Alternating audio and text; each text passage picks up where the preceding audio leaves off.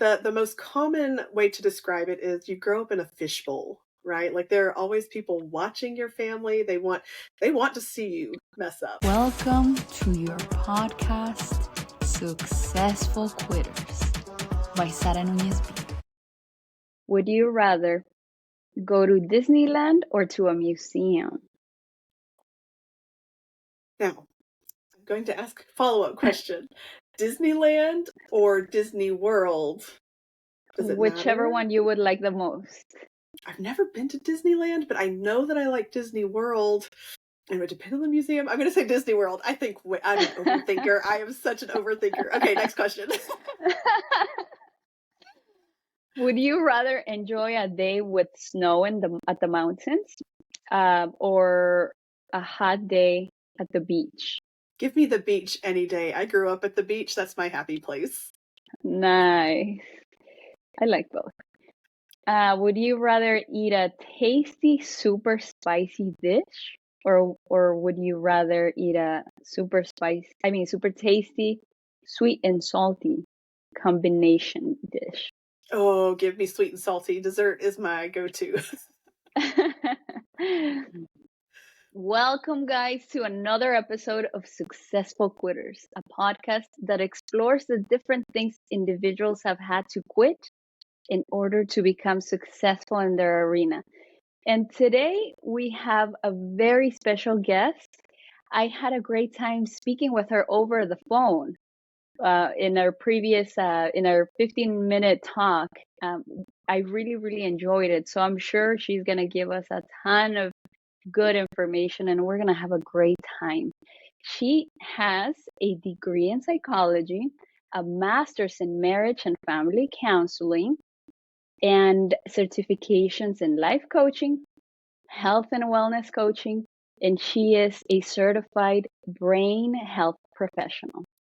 She is also an author, and her latest book is called Fall When You're Ready. What a beautiful name. Welcome, Jennifer Carr. Thank you. I am so excited to be here. So thank you for the invitation. You're very welcome. My pleasure. Jennifer, let's go back to the beginnings of all of this. Tell us about Jennifer at 5 years old. Where did you live? Goodness. Okay, at 5 years old, so I have lived in Alabama most of my life. There was a short stint where I lived in Louisiana due to family moving, but we moved back to Alabama. So I've always lived in Alabama, and I grew up in South Alabama. So when I was 5, I was living in a small town called Atmore, Alabama, and that is in Escambia County. It's close to the beach, but not quite. I did eventually get there, but I started a little north of the beach, and I was playing t-ball and just having a good old time. As far as I can remember, it was a good life. I love it. Did you have siblings then? I do. I have a younger sister. She's 21 months younger than I am. So we were confused for twins all the time. People mixed us up, and she is my best friend today. And she is my editor for all of my books. Oh, that's really good. That's a lot of help. I actually have a sister, and she's the closest person I have in life. So I totally relate. And it's interesting, but it seems that the weaknesses one sister has are the strengths of the other. And together you're powerful as it gets. Yes, like you're so similar in so many ways, but you're different where it counts. And that is one of the things I can always count on her when I call and I'm like, I need you to talk me off this ledge. Or, she texted me yesterday. She's like, this lighting was horrible. And I was like, no, you look amazing. We always have the right thing to say to each other. Sometimes it's not always the right thing, but we're usually having bad days then. Yeah, no, I totally relate. And what was it? Who was your hero? Did you have a hero or someone you wanted to be like when you grew up at that age, you think? I've always been really careful about putting people on pedestals and saying, I want to be that person. I will give you an example of how I have always been so certain that I wanted to be me. When I was in second grade, I was in second grade, and we were at church, and my Sunday school teacher, she looked at me, and I do now understand what she meant when she said it, but she said, "You look just like your dad." And I had a complete meltdown because I said, "I don't want to look like my dad. I want to look like me." Like I wanted to be my own person. And I thought that meant that I was going to be like my dad and be my dad. And there would be nothing wrong with being like my dad. I love him, but I wanted to be my own person. So to say that I ever had a hero or someone I idolized, I would say probably not. But there are plenty of people that have taught me and poured into me. And for that, I will forever be grateful. Absolutely. And how was your relationship with your parents? Were they strict? Were they not? If they're watching, it was the best. No. um, no, my mom is, and my dad, are Mhm. two of my favorite people on the planet. I love the times that we get to spend together. We don't live too far apart, but we live far enough that it's not a regular occurrence. Like maybe once a month we hang out. But I grew up in a very strict conservative Southern home. And I mean, my dad was and still is a pastor. And so it was a very sheltered childhood growing up. And so to say that I learned the good and the bad of pushing boundaries growing up, I made sure I pushed every boundary I possibly could. Some I got away with, some I didn't. And they still love me. So I'm going to say it turned out pretty good in the end. Yeah, absolutely. And how was to be a pastor's daughter? What are the challenges that come with it? I'm very close to my pastor, so I've seen not only his, but a lot of other people that are pastors and have to deal with their kids growing up. It can get difficult not only for the pastor, but also for the kids. What was it like for you? I'll be honest, the most common way to describe it is you grow up in a fishbowl, right? Like there are always people watching your family. They want to see you mess up. They want to see you, hit the rock bottom. They want to see you do the things that they know you're not supposed to do, or well, they just taught about that at Sunday school and now you're doing it, and stuff like that. So you grow up in this fishbowl, with judgments and expectations pushed on you and forced on you, really, even if you don't want them, or you don't believe in those expectations, whatever the case is. They want to put you in these molds, of being this. Again, and then that may be why I never really put people on pedestals, is because we were always put in a position of these expectations are here, and this is going to just, we're going to circle back to this later when you ask me a really big question later. We're going to circle back to this. But Yeah. growing up in that, just the magnifying glass on you, it was hard, and I probably should have been in therapy way sooner. But um, we also found a whole different set of friends and a support group through other preachers' Mm. kids and ministers' kids as well. And so, who can relate. And I think it's really a sad testament that we have um, to go seek out support from people. That's a Yeah. great point. Yeah. That's a great point. Did you feel that every step you took, you were sometimes letting your father down? Oh, I know. I Or know was for it a more, fact. Yeah, no, yeah? no, no. But did I you feel you're like, oh man, what is he gonna say? What are they gonna say about him? Oh, Yeah, like, it goes back to the boundary pushing. Like because I think I felt so, entangled and just held back from all of the thou shalt nots. And it wasn't even just from the Bible. It was like people giving me thou shalt nots, or thou shalt, you should only dress like this, you should only behave like this, you should only talk like this. And so um I never really liked being put in a box. And when I was, I pushed back. And so I lived a life of rebellion for a long time. I will say that it is by the grace of God and the blood of Jesus Christ that that is no longer something that I struggle with. I mean, yes, I struggle daily with, not being the sinful human being that I was born, but at the same time, I know that there's grace and forgiveness in my life, and I am so thankful for that. But yeah, it was hard, and I definitely let them down. I tried not to, at least in a way that would be a permanent letdown. But they loved me through all of my mess ups, and so for that, very it was grateful. it, it was it was probably like the more you tried, the more you did it, because that's sometimes how things happen. Yes. Did you go to Christian school, or was it regular public school that you went to? So, where I grew up and where I ended up spending most of my school was a public school. However, it was such a small public school that it may as well have been a private school. It was not a very Mm, diverse school because of where we lived. It was a very just, it was a rural type situation. And so I will say that I grew up sheltered ish until I got to high school. And then we all melded into one big high school. And we're talking, I had like 600 kids graduate with me kind of thing. Like it was a massive school mm, kind of deal. Um, and that was a shock to the system to say the least. So I it was public bet. school all the way through. And that probably lent to a lot of the reasons we chose to homeschool our kid. Yeah, no, and that definitely will touch on as well, because it's important, you know.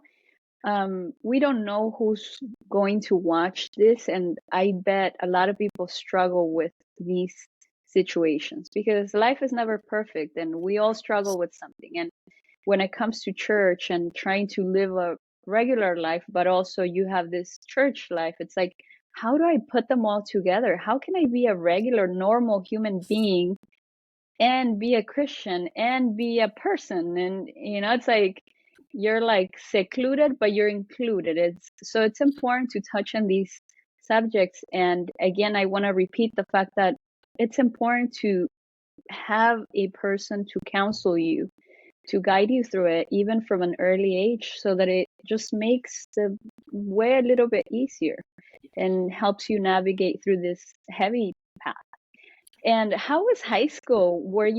Did you have a lot of friends? How was it for you? I did have a lot of friends, but they were kind of built in because I was the biggest band geek that possibly could have existed. I lived and breathed band, whether it was marching band or orchestra or anything, jazz Oh, band. So I had a lot of friends, and I'm still friends with some of them today. And actually, just being in the band has opened doors to become friends with people I didn't go to high school with. So, but yeah, I loved high school. Um, I didn't necessarily make the best choices all throughout, but I do know that those choices eventually led me to who I am today. So I can't regret any of them. and was there anything that you said, I want to be that when I'm older or when I'm done with high school? I said I wanted to be a lot of things. I wanted to be an astronaut at one point. That was when I was a lot younger. That didn't happen. Math and science are not my forte, and therefore I did not become an astronaut. But all through high school, my goal, I think, in the long run, was going to be I wanted to be a teacher. And that was Mm. something that I could always see myself doing. And as a matter, I started a degree in education and realized fairly quickly that I wasn't really set on the idea of working closely with the parents of the students. You know what I mean? Like that was going to be my big like struggle to get past because I love people, but I'm also not one to let people get away with stuff. And I kept seeing throughout the education that our education system is so broken. Again, that's a whole nother podcast episode that we could easily do and talk about for hours. But I just saw so much bureaucracy and red tape that was going to make it hard to be a teacher that I could be proud of being and keep my sanity at the same time. So I always wanted to be a teacher. Um, so instead, I became a counselor. That works. I mean, also, you brought up a great point. Everyone that thinks of a teacher thinks, oh, she's gonna have to deal with the students. But I've never thought, oh, she's gonna have to deal with the parents. And that seems like it would be a little bit more challenging at times. Absolutely. Interesting. Very. And I did teach, like I did eventually teach AP psychology for several years, but it was in a private school type setting. And so, but even dealing with those parents sometimes was a little complicated. Yeah, So yeah. yeah, we won't go into detail, but yeah, parents even in Christian schools were they're challenging. Oh yeah. I bet. I bet. I mean, outside of being a Christian, we're all people, Right, and right, everyone right. has so many different thoughts. And how did you choose your major in college? So it started out in education. And then I was like, you know what? I would really like to figure out why people are the way they are. And so that's when I chose psychology. And people do fascinate me. Like they have always fascinated me. I've always been a people watcher. And so that's kind of where it started. And so with psychology, I was like, now what do you do with a psychology degree? I guess you counsel. And so I went and ended up with a master's in marriage and family counseling. How did you like that? You know, it's got its pros and its cons, right? Because you are constantly dealing with broken people, right? And some people were more broken than others. We're all broken. Just let me say that. I'm broken. Like we're all broken in some way. And so I'm not saying that one person's brokenness is better than somebody else's, but some were harder to work with because especially when you get alongside those that you're like, I would really like to drag you to the right answer, but I cannot. Like you have to want to get to that right answer by yourself. And there were some times where I was just like, I don't want to throw my hands up and surrender, but you almost get to that point and you just all you could do is stand back and be like, I have shown you the answer. I have shown you where to go. I have shown you how to get there. You just have to get there. And you chose one of the hardest tasks too, because marriage is it's marriage. It's a big thing. Did you find yourself taking some issues home? Thankfully, no. And I think a lot of that has to do with who I married. I met my husband surprisingly at a summer camp for it was like a support group for ministers' kids because he too is a minister's son, Mm. and so we met and at 13. So we've known each other forever, and next month we'll have been married 20 years on top of that. So Wow, yeah, congrats. thank you. And I do feel like today that is kind of an accomplishment. So I will take that as a win. But yeah, I think who I married made it a lot easier to separate out, to be like, that is not something that would ever come into my marriage, or that is not something, because we have that open communication and we just know how to communicate, which I think a lot of couples don't. So Yeah. Yeah. I mean, now we have social media, so a lot of people are thinking, I have so many options, but we all know that it's not real, do not even get right? me started on dating apps and the demise of relationships. And that's true for just interpersonal relationships in general, like constantly trying to make friends and genuine relationships with people just platonically. It's so impossible with all of these apps and screens in front of us. I actually had a long conversation with a gentleman last week or earlier this week where he was, well, I just think men are more emotionally intelligent than women. And I was like, you play this really big game, but if you put that screen down and we were having this conversation face to face, I think we could have a different conversation. But he was very brave to attack a comment that I had made about emotional intelligence. And so, yeah, the screen will be That's the very common. downfall.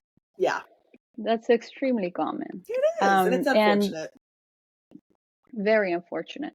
And then you work there and you decided I'm gonna leave this behind to have my children, or was it after your children that you decided to leave your Well, career? and it's funny because I've had a number I was a wedding planner for a while. Even after I had gotten my degree, I was like, oh, Ah, and so marriage and family counseling kind of just went hand in hand with that anyway. But because there's a lot of premarital counseling that you do in wedding planning. yeah. And so the last wedding that I planned, I was like 20 weeks pregnant with our daughter, and this was like back in 2009. And that's when I decided that wedding planning was not compatible with a stay-at-home mom role. But when you're doing counseling, you can do that on a more flexible basis. And then when she was old enough to go to the school that I taught at, she went with me and she did her classes, and I taught my AP psychology classes. And so um, it's been a very flexible thing. And then I finally decided, I guess, honestly, I saw my last counseling client last year, and I was like, I think I'm good, because I was in such a positive headspace having taken on the author gig that I was like, I don't I don't want to go back to that. I want to move forward from that. So Yeah. And how, so going back to how we talked about your lifestyle and, being part of church, being a Christian, what is it that you chose to homeschool your kids So we just have the one child. That was or your God's kids? plan apparently, and not for lack of wanting, but he said one is enough, and I was like, you know best, and he was right. She's I think fantastic, and one I is love her. enough. She's great, and I love her, and Yeah. I hope that I don't mess her up because I've only got the one shot. But good thing her mom's a counselor. But no, really, she when we started homeschooling, where we lived, so we moved from South Alabama. We now live in Central Alabama, and where we were in the state, the schools were less than ideal. When she was going to be starting kindergarten, we looked at the schools and we were like, there is nothing about the literacy levels or anything like that that made us go, we're comfortable sending our child to this school, especially when we knew, when she was almost 2, she was reading. She's a very, very smart child. And so, Wow. yeah, it's one of those things that kind of makes you go, I don't know that I'm prepared to do this, but I couldn't send her to public school for a number of reasons. Her intelligence and the quality at the time were 2 of those reasons. And so homeschool was just kind of a natural choice because there also weren't private schools close enough for us to get her to, and that we wanted to make the effort because it was it's a very city like area at the time where the private schools were. And we were like, we're just not going to battle the traffic for that. And so homeschool it was. And she is almost finished with 9th grade, and she has only ever known homeschool. She's done the private Wow. tutorials and stuff, like the classes that I taught were in the private tutorial type realm. And she's done those kinds of classes and co-ops, and we socialize, and she's in a drum line for homeschoolers. And, so it's a perfectly normal childhood for her, and I don't think I would ever choose anything else because it has been such a great experience. I'm sure she's not missing much. But that's if not a part-time job, a little bit more than a part-time job for you guys. Yeah? So it To was up have to deal with that. until, yes and no. It was up until, I want to say, 7th grade. We found a fantastic curriculum with, it started with Abeka is the curriculum we were using, but they had like an entire virtual online academy where there were actual teachers who through an accredited school. And so she would be done by lunchtime, right? You're talking maybe three That's and a half nice. hours, right? Of schoolwork where we're sending kids to sit in classrooms for 8 hours a day, 3.5 hours of classwork, real class. Like we're talking actual school subjects, not just coloring sheets and worksheets. Like so many people have this wrong impression of what homeschool is. It's what you make it. And this is, Yeah. academics are important to us here in our home. And obviously she thrives at them. And so 7th and 8th grade, she did the Abeka online academy. And now she's moved to another online academy it's fantastic. And I don't have to, that's why I feel comfortable having a career of my own because I don't have to be as hands-on with her education right now. We do talk about school, and if she has issues, we work through stuff, but it is not a full-time job like it was before she became more independent. Yeah, absolutely. I mean, it's nice if there are teachers teaching. Mhm. I guess I was under the impression that most of the time you're the one teaching them, and that's being a teacher at home. Yes, and it's an option, and I was her only teacher for a long time. Now, I will say again, math and science that those are not my subjects, and so we were, my husband, math and science are his subjects, but he works full Yeah. time and away from the house, and so um, we were going to have to figure out how to get him involved, or we found other options, and so yes, for a long time I was the full time teacher, and then it became, oh, you can read, you can listen to videos, you can watch other people do the work on the board on your computer. Like, yeah, it's a whole different ballgame. Now, maybe 10 years ago, it might have been different for homeschoolers in general, but now it has come a long way. Yeah, definitely. And so you decided to then quit the other job and we're moving into something else, which is more creative, which is your book. writing as well as Yes. podcasting. Yes. So which one came first? Writing came first. I accidentally wrote a book, and then I wrote another Do one. you do you remember the day that you started writing? The first Hmm. time where you said, I could maybe put this, on a page. I Or could go was it? back. Like, I could go back and look, like, to recall it right off the top of my head. I can't tell you the day that I started doing it. I know that my first book published October of 2022, and I had started maybe the October before that. And I'd had a dream one night, and I was like really into this dream. I was like, man, this is exciting. This is a good story.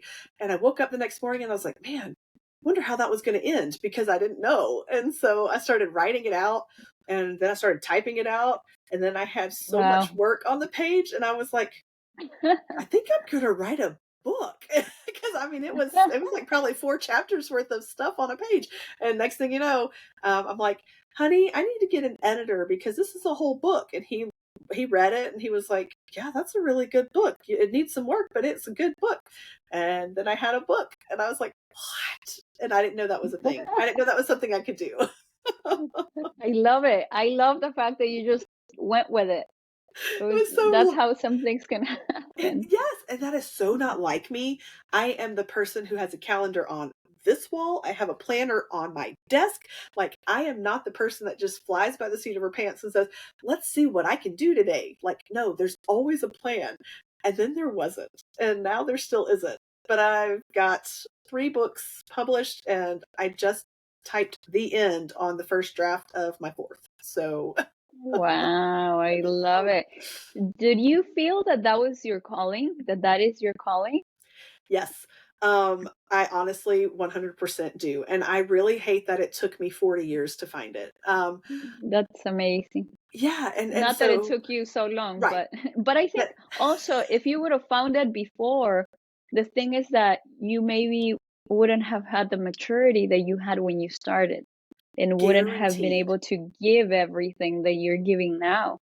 So Guaranteed. things And that happen at is the right time. yes, absolutely. I love that perspective. Like, especially the maturity part of it, because I do think that it took me a good 30 years to find who I wanted to be.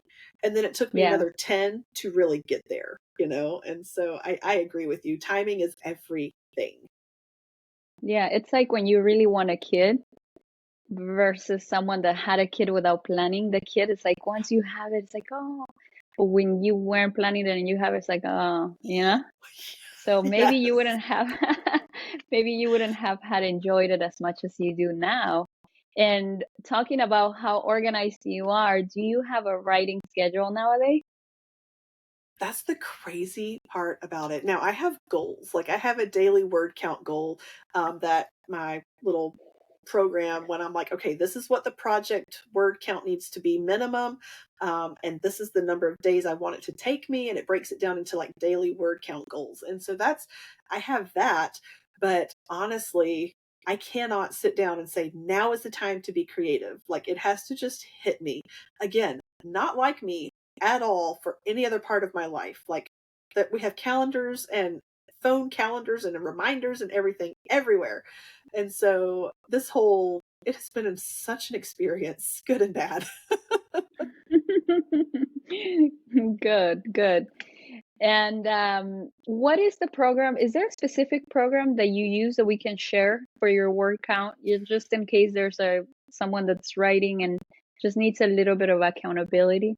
Oh, sure. It's called Dabble Writer. That's DABBLEWRITER, Dabble Writer. And I mean, it's a really fun little program. I think there's a free version, obviously, but then like there are more features if you pay for them. But it has like timers where you can set up writing sprint times that say, okay, I want to write for 15 minutes undistracted. Here we go. And you set your That's timer, and good. yeah, stuff like that. So it's very useful. Um, it'd be really good for a fantasy writer who writes like world building and character stuff. It has places for all of that kind of stuff. So yeah, I love it, and highly recommend it. Very nice. And where do you had that dream, you wrote the book, and then it's like, okay, I want to keep going. Now, where do you get your inspiration? Because for me, it's like I get my best ideas showering or working out. Where do you get them? Um, so it depends. Like I said, the first one was a dream. The second one is a follow up to book one. I just needed to know what happened to the characters. I needed to make sure they were okay and they were in a happy place in their lives because they had a lot of drama in book one. And so book two was Mm. literally just me needing to resolve some stuff in my own mind and imagination. The Fall When You're Ready that just came out February 1st, I had heard, I love 90s country music. Like I love 90s country better than Mm. any other music. And especially the only country music I listen to is like 80s and 90s, maybe early 2000s. Um, and I was listening to well, I think it was like Y2 Country on Sirius XM, and an old song came on by Brantley Gilbert called "Fall Into Me," and one of the lyrics is "Fall when you're ready." And I heard the song, and all of a sudden, these two little characters popped into my head. And this sounds so crazy if you're not a writer or a creative person, but they were like, "Hey, this is our song, and now you have to tell our story about how this became our song." And I was like, oh. I love it. And so then that spiraled into a whole series. And book two, like I said, the first draft is done, and book three has been started. So, Are you a romantic oh yeah, in life in general? oh yeah, I am. I live and die by the romance, like novels and rom com movies, and like everybody deserves a happily ever after. It's probably not Yeah, no, healthy, but that's what I absolutely. believe. I felt that when I went to your website and I saw the covers of the books. They look amazing, by Thank the way. you. But Thank you. it's very inviting too. You can feel the love from just looking at the screen. So good for you. I'm pretty sure people feel the same warmth when they're looking at these books. Thank you. Do you write? Absolutely. Do you write for self-fulfillment, or is there any other purpose to your writing?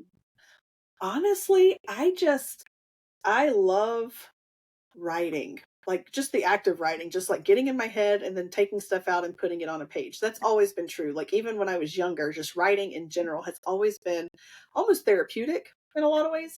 It was how I always processed emotions and stuff like that. But writing these stories, it's just been fun. Like I never, even when I wrote book one, like I never set out and went, I'm going to make money from writing books. And that's a good thing because that is not a realistic expectation. Just FYI. Like writing books is not a get rich quick scheme at all. But it's fun, and the number of connections I've made with other writers and other just resources, publishers that just especially through the podcast that I started in order to meet some needs that I had. Like I was looking for resources and I was like, I could just do a podcast and interview these people and help a bunch of other writers who might not have a clue either. And so, yeah, I write for me, and I'm just so lucky enough to be able to share that with other people. Yeah. And I asked this, I love the fact all your writing is Christian themed. They're all Christian books, right? The first two are specifically Christian fiction. The series that I'm working on now is clean romance. Like it's not specifically a Christian themed book or series, but it is a clean romance. So you're not going to find anything spicy on the page or profanity on the pages. It's all sweet and clean and lovely. Very nice. I thought it would continue to be Christian, and I was going to ask a different question, but now that you said that, what made you go from Christian to a regular, clean writing story? Yeah, I think it's a matter of what the goal of the story is, right? Like I was just telling a love story in Fall When You're Ready, and so that one didn't have quite as many spiritual requirements as when I wrote No Matter What, which is my first book. It was solely like she needed to have a crisis of faith, like she needed to come to the point where she needed to believe or not believe, and then her faith had to grow through some things that she faced, and then because of her faith other people came to know Christ and grew their faith. And so I think it's a matter of what the goal is. With Fall When You're Ready and the rest of that series, it's literally for entertainment purposes. And I struggle with the idea of using Christian principles for entertainment. You know what I mean? Like, at least with the first two books, there was a purpose of, I'm hoping that it strengthens somebody else's faith, while this series, I'm just here to entertain you with the clean, sweet love story. Yeah, I like that because also, I mean, I guess there's a very fine line, but once people follow you and once they like your writing, then maybe you can influence a little bit to guide them toward, a more godly way. But Absolutely. I think it's helpful when they can relate to, because when it gets very Christian, not that I don't like it, but it's like people feel excluded. Yes. And the inclusion part is totally gone. So now they can feel like they're part of your community and we're all one, which is the case. Absolutely. And then you decided to get your podcast going. How long ago did you start your podcast? Oof. I started it right around the time that the first book published, if I'm not mistaken. So that would have been 2022.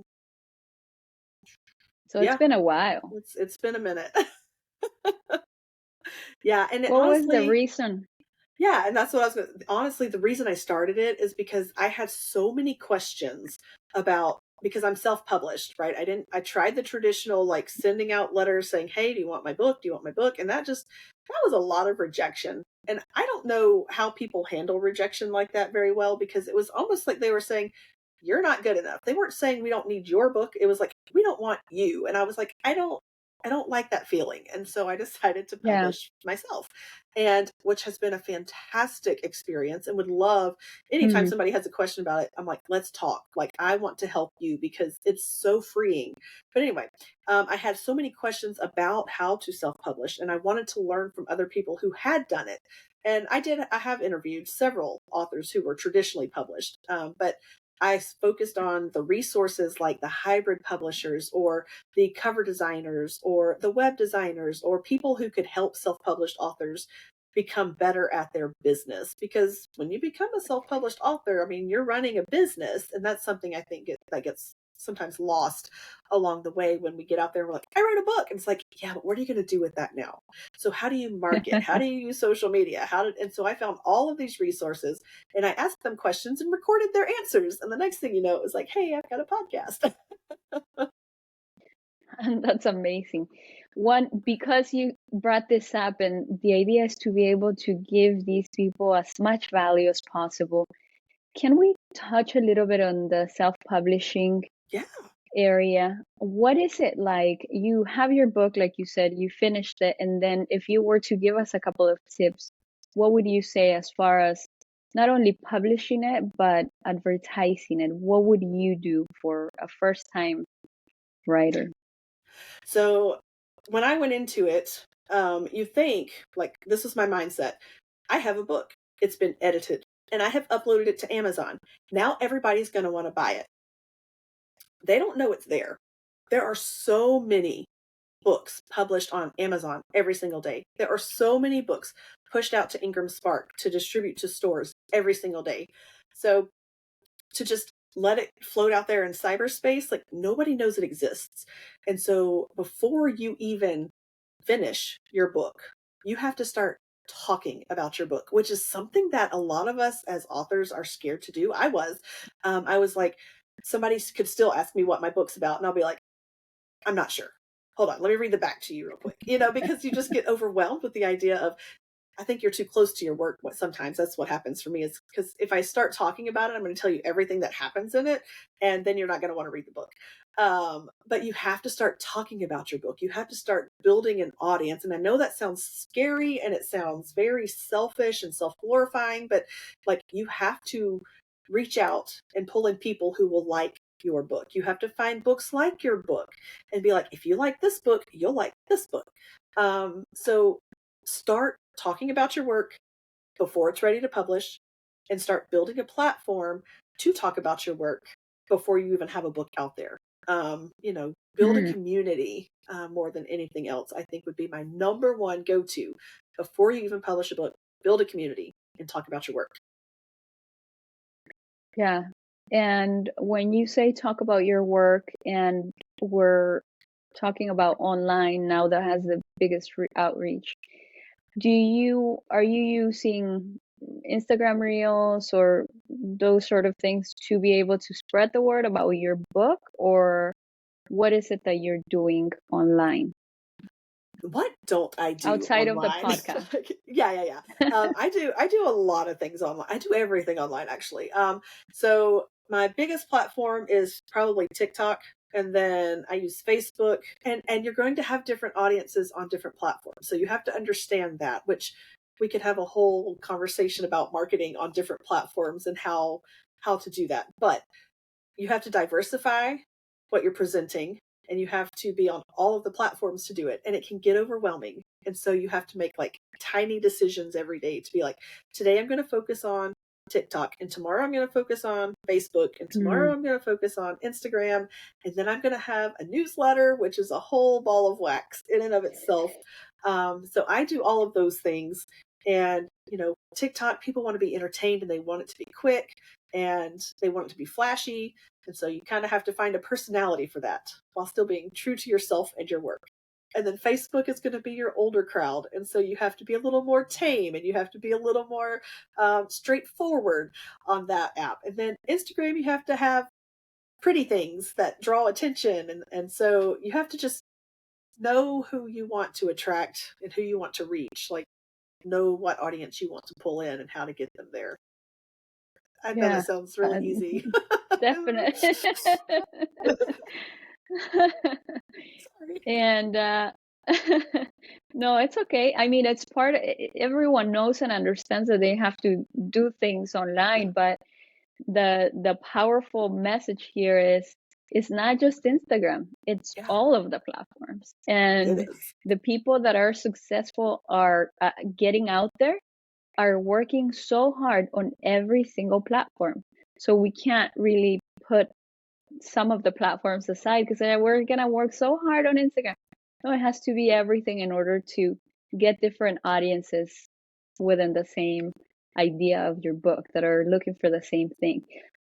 And when you actually publish your book through Amazon, how does it work with the printing?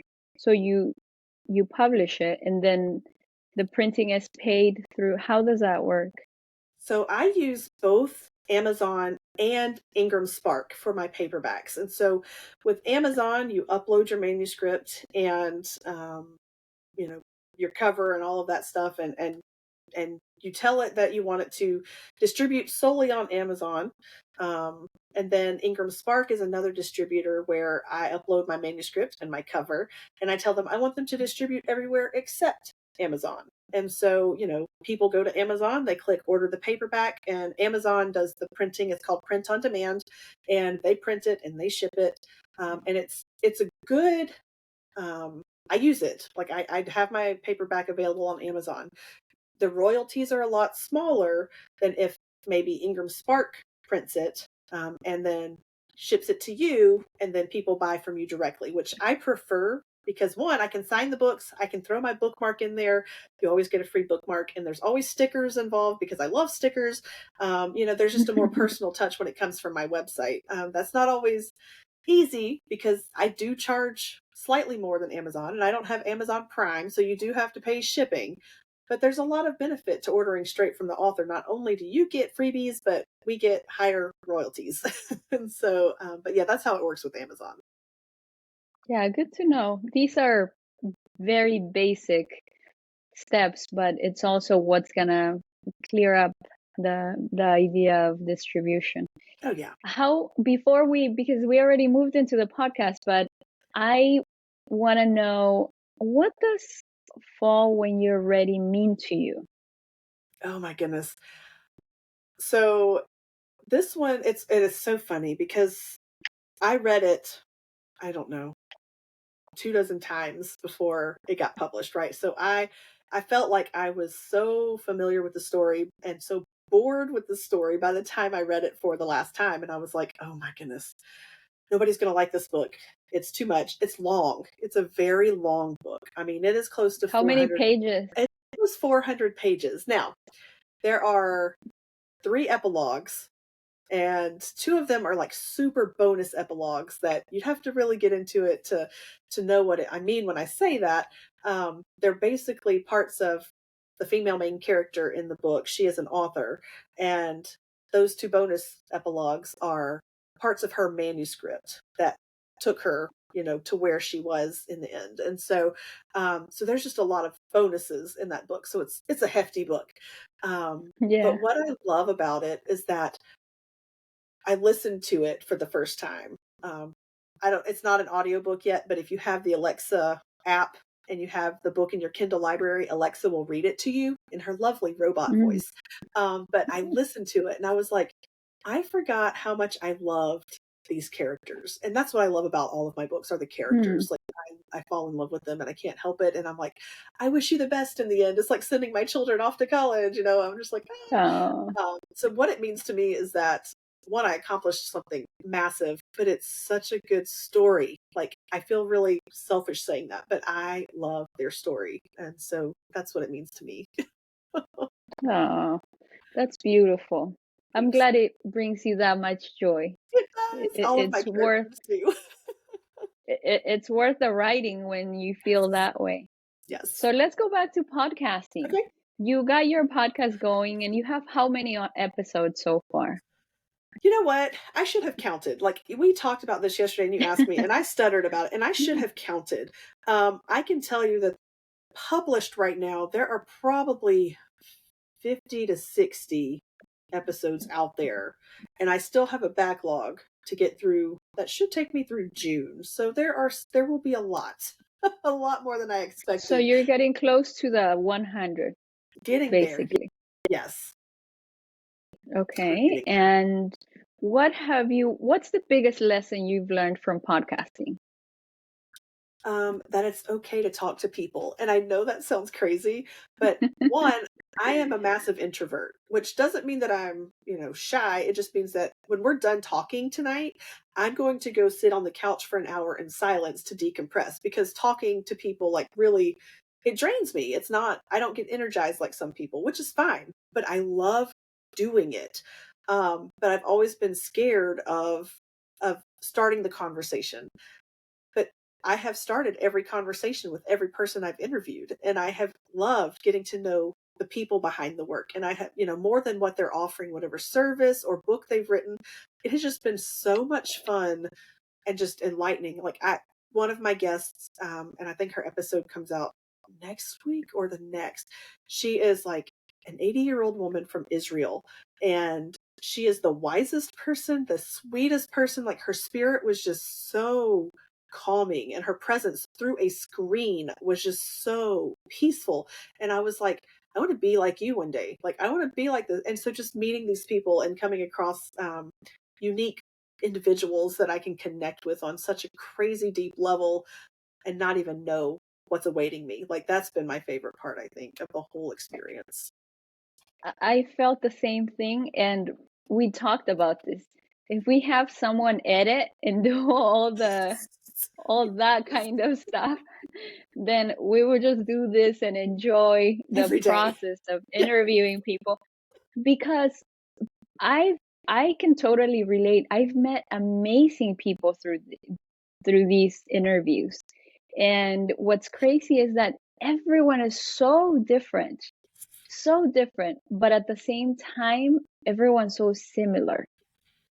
And it's a lot of work, but it brings a lot of joy as well. A lot of work. It's so much You work. don't think it's gonna be that much work? Gosh. So I have a second podcast that I co-host with 2 other authors, and it's 30 minutes once a week live. Like we don't edit, we don't filter, we're just live for 30 minutes. I love that, but the perfectionist in me, that cannot be my podcast, right? I love my co-hosts. I love the crazy, I love the disorganized sometimes. but it's like, that's kind of like getting candy once a week. Like it's a special thing. It's not something that we do every day. And so that's different than what my podcast is like. And so I do put in the work and I do sit there and edit and I do sit there and go, why did I talk so long in this episode? Because now I have to edit it. That's funny. And do you have a plan to or a way to keep your guests um like to keep the relationship, to grow the relationship with your guests, or is the interview over with, they get their stuff and it's over with? So there have been several that actually the two that I co-host with, they were on my show first at two different times. And then it Mm. was just like the three of us were like, hey, we kind of mesh. And so let's see what we can throw out there and offer. Like we had friendships and talking and conversations leading up to this point as one of us, two of us, three of us kind of thing. Um, and so, I have them and then I have several that I am still like, we will, one of them, she does comic books, she writes graphic novels, and she asked if I would do a voiceover for one of their graphic novels, and she asked if I would do write the book blurb basically for their graphic novel compilation. And so I have that relationship there. I have a relationship with the girl who designs book covers. She did my first two book covers. And so yeah, there are some that, yes, you feel that connection and you're like, I will be connected to these people, period. There are others where you're like, you came into my life for a moment and that moment was worthwhile, and thank you for that moment. And that's long enough. So yeah. Absolutely. Absolutely. So, but we can both say that if there's anyone thinking, should I get a podcast going? Should I not get a podcast going? That they should. I like it. I think it's worthwhile, yes. So I think that even though it's scary, it can be a little scary at the beginning. It's definitely totally worth it. Absolutely. Jennifer, I have Yeah, 1,000 more questions to I ask know. you, but I'm so running out of time, and it's okay. I'm pretty sure you're gonna be on our show in the future again.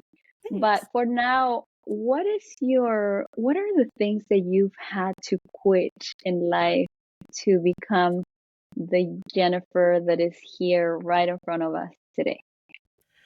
Who I told you we were going to circle back to this.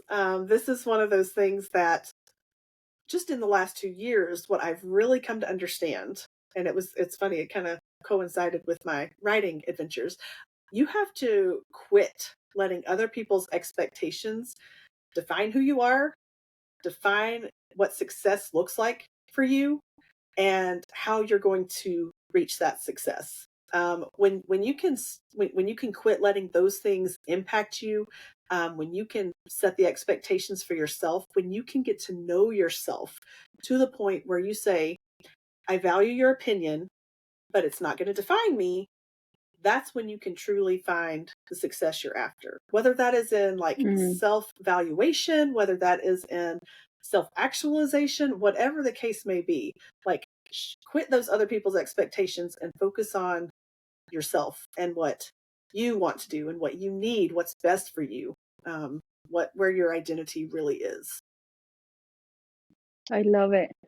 That's very powerful.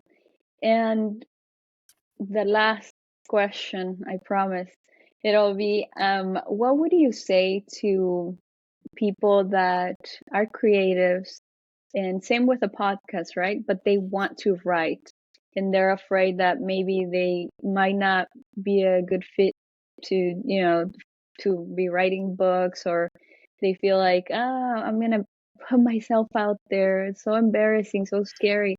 What would be your advice to them? If you've been given a story, like if you have a story that you feel other people need to hear or read or see, if you have a story, you are doing everyone else a great disservice by keeping it to yourself. No one will ever know that Mm, story if you don't put that word on a page or on a screen or wherever. So put it out there. Editors exist for a reason. So even if you're not the best writer, we'll get you an editor and they will edit it and they will make it pretty. And your story will then be out there for other people. Because if you have a story that could help somebody, if you have a story that can inspire somebody, if you have a story that could entertain somebody on their darkest day, like if you have a story to tell and you're not telling it, shame on you. And I say that in love. That's that's perfect. Jennifer, it's been such a pleasure speaking with you. Thank you I so much. appreciate you so much. Yeah, no, for sure. We've learned so much and encouraged people for sure, because creativity is something that should be explored Yes. and should not be held back, because sometimes we heal by creating. Yes. So sometimes you want to tell a story that happened to you or that you heard of, but maybe it's very personal and you don't want to say it because of what others are going to say. But it might be the story that saves someone else's life. Yes. It might be the story that empowers someone else. Yes, So absolutely. I've had a great time. Thank you so much for being here. Thank you for having me. It has been a wonderful experience. Absolutely. You're very welcome. And thank you guys for watching and listening to another episode of Successful Quitters. I am Sara Nunez V, and I'll see you on the next one.